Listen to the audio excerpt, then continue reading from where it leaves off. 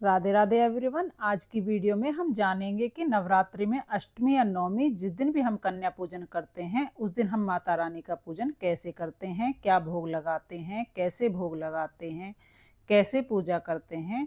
यानी अष्टमी और नवमी की पूजा की संपूर्ण विधि आपको आज की वीडियो में देखने को मिलेगी। तो वीडियो को आप अंत तक जरूर देखें।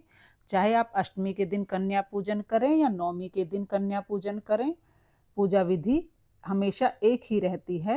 कन्या पूजन करने वाले दिन हमें सुबह चौकी से फूल वगैरह जो है उठा लेने हैं, चौकी को साफ कर लेना है। अभी हम चौकी को साफ कर लेंगे। तो अभी मैंने चौकी को साफ कर लिया है। इसके बाद एक कपड़े से साफ कर लेंगे हल्के। इसके बाद जल के छींटे लगाकर हम शुद्धिकरण कर लेंगे, यानी सभी को हम भाव रूप से स्नान करा देंगे। उसके बाद अगर आपने अखंड दिया नहीं जलाया है तो आप देसी घी का दिया जला लेना। मैंने यहाँ अखंड जोत जलाई है, इसलिए मैं देसी घी का दिया नहीं जला रही हूँ।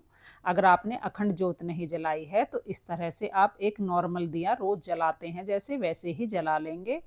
फिर हम सभी को फूल समर्पित कर देंगे। फूल समर्पित करने के बाद हम सभी का तिलक कर देंगे। अगर आपने नवग्रह बनाए हैं तो नवग्रह को आप रोली का छींटा लगा दीजिए या सिंदूर का छींटा लगा दीजिए। दूर से ही हम उनको तिलक कर देंगे या सूखी रोली हम उन्हें समर्पित कर दीजिए। दिए को हमें तिलक नहीं लगाना है। तिलक लगाने के बाद हम सभी को चावल समर्पित करेंगे, यानी कि कन्या पूजन वाले दिन सुबह के समय हमें बिल्कुल वैसे ही पूजा करनी है जैसे हम पूरे नवरात्रि सुबह के समय पूजा करते हैं। अगर आपको फूल मिल जाते हैं तो आप फूल जरूर समर्पित करें। फूल नहीं मिलते हैं तो कोई बात नहीं, फूल के बगैर भी आप पूजा कर सकते हैं। इसके बाद हमें भोग समर्पित। तो कन्या पूजन के दिन हलवा पूरी चने का भोग बनाया जाता है। माता रानी को हलवा पूरी और चने का भोग बहुत अधिक प्रिय है। तो आप चाहें तो सूजी का हलवा बना सकते हैं, आप आटे का हलवा भी बना सकते हैं, आप चाहें तो खीर भी बना सकते हैं। लेकिन हलवा पूरी और चना हमें ज़रूर बनाना है। तो हलवा पूरी चने का भोग बनाने के बाद सबसे पहले उस भोग को हम माता रानी को समर्पित करेंगे। उसके बाद ही हम कन्याओं को भोजन करा देंगे। तो कन्या भोजन हमें बाद में कराना है, सबसे पहले भोग हमें माता रानी को समर्पित करना होता है। माता रानी को हलवा पूरी चना इस तरह आप भोग जरूर समर्पित करें। और माता रानी को भोग हमेशा हवन या अग्यारी के द्वारा ही लगाया जाता है।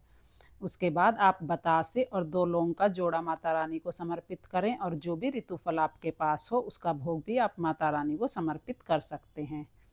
और अब देखिए हमें भोग किस तरह लगाना है कि गाय के गोबर का एक उपला लेना है हमें। उस उपले को हम गैस के ऊपर जलाकर अग्नि प्रज्वलित कर लेंगे। गैस के ऊपर रखकर हम इसे इस तरह से जला सकते हैं। अगर आपको गाय के गोबर का उपला नहीं मिलता है तो आप कपूर भी जला सकते हैं, क्योंकि अग्नि में भोग समर्पित करना बहुत ही ज़रूरी होता है नवरात्रि में। तो यहाँ पर मैंने गाय के गोबर को जला लिया है, अग्नि प्रज्वलित कर ली है। अब हम इसमें भोग समर्पित करेंगे। कन्या के पूजन के दिन आप ये छोटा सा हवन जरूर करें। सबसे पहले हम घी की आहुति देंगे ताकि अग्नि अच्छे से प्रज्वलित हो जाए। उसके बाद हम 2 लौंग के जोड़े चढ़ाएंगे। देखिए इस तरह 2 लौंग के एक साथ फूल वाले जोड़े हम ले लेंगे। और एक जोड़ा हमने चढ़ा दिया, उसके बाद हम दूसरा जोड़ा चढ़ाएंगे। हमारे यहाँ पर 2 जोड़े चढ़ाए जाते हैं, किसी किसी के यहाँ पर 1 जोड़ा चढ़ाया जाता है। फिर हम जो भी हमने हलवा पूरी भोग में चनास बनाया है सभी चीज़ों का भोग हम अग्नि में प्रज्वलित कर देंगे, यानी कि माता रानी को अग्नि में समर्पित कर देंगे। तो भोग सीधा माता रानी को मिलता है, इसलिए अग्नि में आप भोग जरूर जरूर समर्पित करें। उसके बाद हम हाथ जोड़कर माता रानी से भोग ग्रहण करने के लिए प्रार्थना करेंगे। और फिर हम इस तरह से माता रानी को भोग लगा देंगे। फिर हमें माता रानी को धूप दीप दिखानी है। उसके बाद हमें आरती करनी है। अगर आपने अखंड जोत जलाई है तो आप कपूर से इस तरह आरती कर दीजिएगा। मैंने कपूर से आरती कर रही हूँ क्योंकि मैंने अखंड जोत जलाई है। अगर आपने नॉर्मल दीपक जलाया है तो आप दीपक से भी आरती कर सकते हैं। बहुत ही प्रेम पूर्वक सबसे पहले गणेश भगवान की आरती करेंगे, फिर माता रानी की आरती करेंगे। आरती करने के बाद हाथ जोड़कर पूजा में रही कमियों के लिए क्षमा याचना करेंगे और अपनी मनोकामनाओं को पूर्ण करने के लिए माँ भगवती से प्रार्थना करेंगे। अब हमने आरती कर ली है। आरती के बाद हम थोड़ा सा जल लेंगे और जो हमने छोटा सा हवन किया है उसके ऊपर से 2 बार हम जल वार देंगे। हल्की से छींटे भी लगा सकते हैं जल के। इस तरह से यह जरूरी होता है अग्नि के बाद। उसके बाद जो हमने ज्वारे बोए हैं उनको भी आप सींच दें। तो ज्वारे जैसे आप रोज़ाना सींचते थे उसी तरह से ज्वारे सींच देंगे। और जो जल का लोटा है वह सूर्य देवताओं को अर्घ दे देंगे और सुबह का पूजन इस तरह से हमारा पूर्ण हो जाएगा।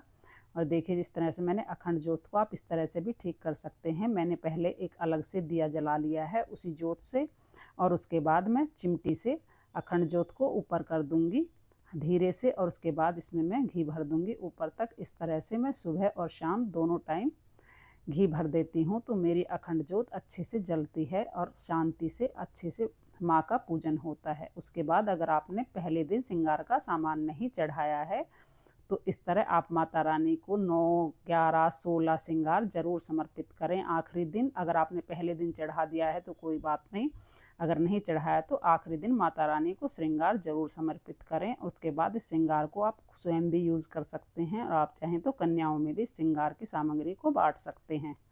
पूजा के बाद हम कन्याओं को भोजन करा देंगे, कन्या पूजन कर लेंगे। और देखिए जो हमने भोग में हलवा पूरी चना चढ़ाया, हो सके तो आप ये गाय को दे दें। आपके आसपास कोई गाय नहीं है तो अब जब आप कन्या पूजन करेंगे तो कन्याओं को भी यह प्रसाद स्वरूप खिला सकते हैं।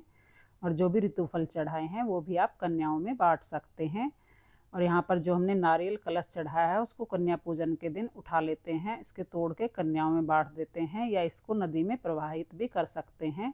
इस नारियल प्रसाद का हम भोग बनाते हैं, वो सभी कन्याओं में बांट देते हैं। अगर आपके यहाँ भी नारियल प्रसाद भोग बनाया जाता है तो कन्या पूजन के दिन इसे आप उठाकर प्रसाद बना सकते हैं।